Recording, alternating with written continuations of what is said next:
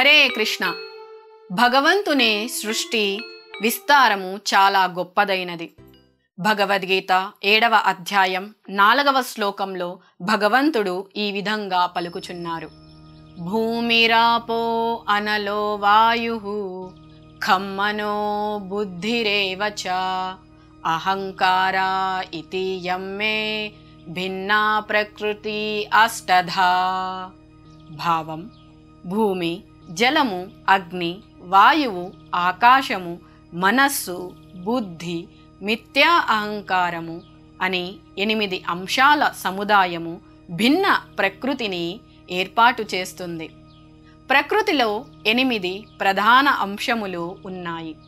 వీటిలో మొదటి 5 భూమి, జలము, అగ్ని, వాయువు, ఆకాశము అనే పంచభూతాలు. వీటిని స్థూల సృష్టి అని కూడా అంటారు. వీటిలో 5 ఇంద్రియ వస్తువులు చేర్చబడుతాయి. అవి శబ్దము అంటే ఈ భౌతిక శబ్దము, స్పర్శ, రూపము, రసము, గంధము. ఇక ఇతర 3 అంశాలు అంటే మనస్సు, బుద్ధి, మిథ్యా అహంకారము. ఈ భౌతిక సృష్టి కోసం కృష్ణ భగవానుని ప్రధాన అంశం 3 విష్ణు రూపాలను తీసుకుంటుంది. మొదటి విష్ణు రూపం మహావిష్ణు రూపం. ఈ రూపం మహతత్వముగా పిలువబడే సంపూర్ణ భౌతిక శక్తిని సృష్టిస్తుంది. రెండవ విష్ణు రూపం గర్భోదక సాయి విష్ణు రూపం. ఈ రూపం అన్ని విశ్వాలలోనూ ప్రవేశించి ప్రతి దానిలో వివిధ రకాలుగా వ్యక్తం అయ్యేటట్లు చేస్తుంది.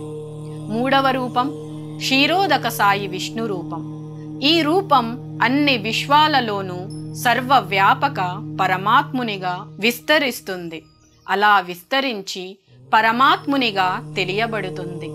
ఈ 3 విష్ణు రూపాలను గురించి ఎవరైతే తెలుసుకుంటారో వారు బంధ విముక్తులు అవుతారు. ఈ విషయం సాత్వత తంత్రంలో ఈ విధంగా వర్ణించబడింది.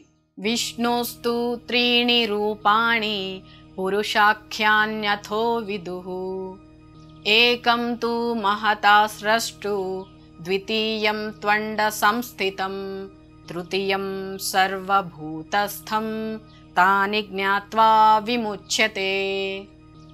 మహావిష్ణు రూపం, గర్భోదక సాయి విష్ణు రూపం, క్షీరోదక సాయి విష్ణు రూపం. ఈ 3 విష్ణు రూపాలను పురుష అవతారాలు అంటారు. హరే కృష్ణ.